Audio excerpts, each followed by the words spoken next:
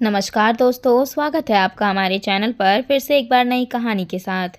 तो चलिए बिना समय गवाए कहानी को शुरू करते हैं। धीरे धीरे कदमों से चलती हुई तरुणा जी अपने घर की तरफ बढ़ रही थी। उन्हें इस तरह लड़खड़ाते हुए देखकर पड़ोस में रहने वाली सुमन जी ने कहा, अरे भाभी जी, क्या हुआ? लगता है आपके घुटनों में दर्द ज़्यादा है। हाँ, बुढ़ापे का शरीर है, दर्द तो यूं ही चलता रहता है। दवाइयाँ लानी थी, इसीलिए निकल कर गई थी, वरना घर पर आराम ही कर रही थी। तो आप अकेले क्यों गई थी दवाई लेने? अजीत को ले जाती। सुमन जी की बात सुनकर तरुणा जी चुप हो गई। आखिर कहती भी तो क्या कि बेटा उनके साथ नहीं जाता। पर सुमन जी को तो उनके घर की सारी रामायण पता थी, इसीलिए उन्होंने आगे कुछ नहीं कहा और चुप हो गई।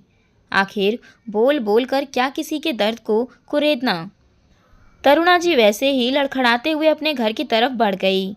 तरुणा जी जैसे ही घर में घुसी तो देखा तो उनके कमरे का सामान ऊपर वाले कमरे में शिफ्ट हो रहा था। एक पल के लिए वो तो सोच में पड़ गई, पर फिर बोली, अरे मेरा सामान ऊपर कहाँ शिफ्ट कर रहे हो? मेरा कमरा तो नीचे है ना? है नहीं था मम्मी जी, हमें उस कमरे की बहुत ज़रूरत थी, इस कारण आपका कमरा ऊपर शिफ्ट कर रहे हैं। पर मेरे घुटनों में दर्द रहता है, यूँ सीढ़ियाँ ऊपर नीचे चढ़ना नहीं कर सकती बार बार। यूँ बाहर घूम कर आने में आपको घुटने में दर्द नहीं होता, ऊपर नीचे होने में ही दर्द होता है। सब बहाने हैं, रहने दीजिए, आपको ऊपर वाले कमरे में ही जाना पड़ेगा। पर बहू, मैं घूमने नहीं गई थी, मेरी दवाइयाँ ख़त्म हो गई थी, मैं तो अपने घुटनों के लिए दवाई लेने गई थी। देखिए मम्मी जी, मेरी बहन आ रही है, पूरे 2 साल का कोर्स है, तो 2 साल तक वो यहीं रहेगी और उसे कमरे की ज़रूरत पड़ेगी, इसीलिए आपका कमरा खाली कर रहे हैं। अरे तो उसे ऊपर वाला कमरा दे दो, वो तो जवान है, आराम से ऊपर रह सकती है। मना थोड़ी ना कर रही हूँ, मेरी बहन उस छोटे कमरे में रहेगी। मायके में मेरी भी कोई इज्जत है, और आप मुझे मना करने वाली कौन होती हैं? घर हमारा है, घर का खर्च हम उठा रहे हैं, हमारा डिसीज़न हम किसे कहाँ रखें। ऊपर वाले कमरे में इतनी दिक्कत है तो आप बाहर वाले कमरे में रह जाइए, हमें कोई ऐतराज़ नहीं है। बहू एकता ने बड़ी बेरुखी के साथ कहा। सुनकर तरुणा जी की आंखों में आंसू आ गए। बेटा अजीत सामने ही था, लेकिन वो तो बुत बना खड़ा था, तमाशा देख रहा था। एक बार भी उसने एकता को टोका तक नहीं। और बाहर वाला कमरा, वो तो स्टोर रूम था। मतलब अब तरुणा जी की ये हैसियत रह गई है। बहू कबाड़ की तरह तरुणा जी को स्टोर रूम में रहने के लिए कह रही थी, और नालायक बेटा सामने खड़ा था, लेकिन वो तो कुछ कह नहीं रहा था। जब से तरुणा जी के पति गए हैं, तब से बेटे बहू घर के सर्वे सर्वा बन गए हैं। माना कि घर में खर्चा करते हैं, पर इसका मतलब ये नहीं कि माँ के स्वाभिमान को ही कुचल दे, जबकि मकान अभी भी उन्हीं के नाम था। अपनी बहू के जवान से ज़्यादा तरुणा जी को उनके बेटे की चुप्पी चुभ रही थी।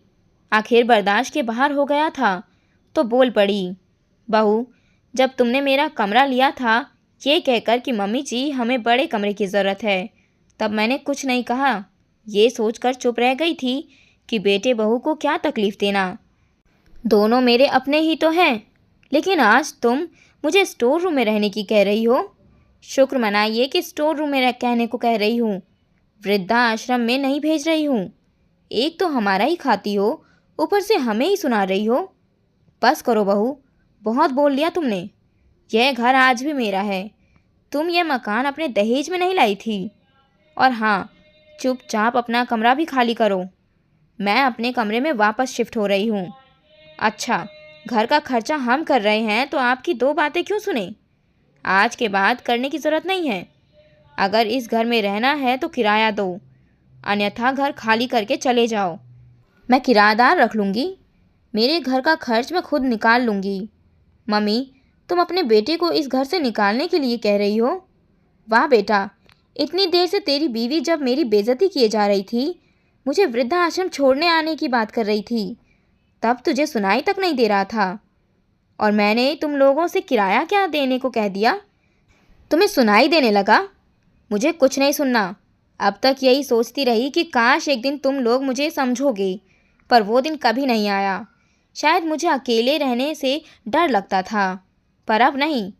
अब यूं बेइज्जत होकर साथ रहने से अच्छा है स्वाभिमान के साथ अकेली ही रहूं। अब जो भी निर्णय लेना है फटाफट लो और कमरा खाली करो, बस। ये सब सुनकर बेटा बहू की हालत खराब हो गई। इतनी जल्दी कहाँ जाएंगे? दोनों फटाफट माँ के पैरों में पड़ गए। हमें माफ़ कर दो मम्मी, प्लीज़ हमारे साथ ऐसा मत करो। पर तरुणा जी ने मन पक्का कर लिया था, वे झुकने को तैयार नहीं हुई। निरादर की 2 रोटी से तो स्वाभिमान की 1 रोटी भली। और भला काश के इंतज़ार में ज़िंदगी क्यों बितानी। और आखिरकार अजीत और एकता उसी घर में ऊपर वाले 2 कमरों में शिफ्ट हुए और आज भी उसका किराया दे रहे हैं, जबकि नीचे का वो 1 कमरा किसी और को तरुणा जी ने किराए पर दे दिया। रही बात एकता की बहन की, तो वह हॉस्टल में रहकर अपनी पढ़ाई कर रही है।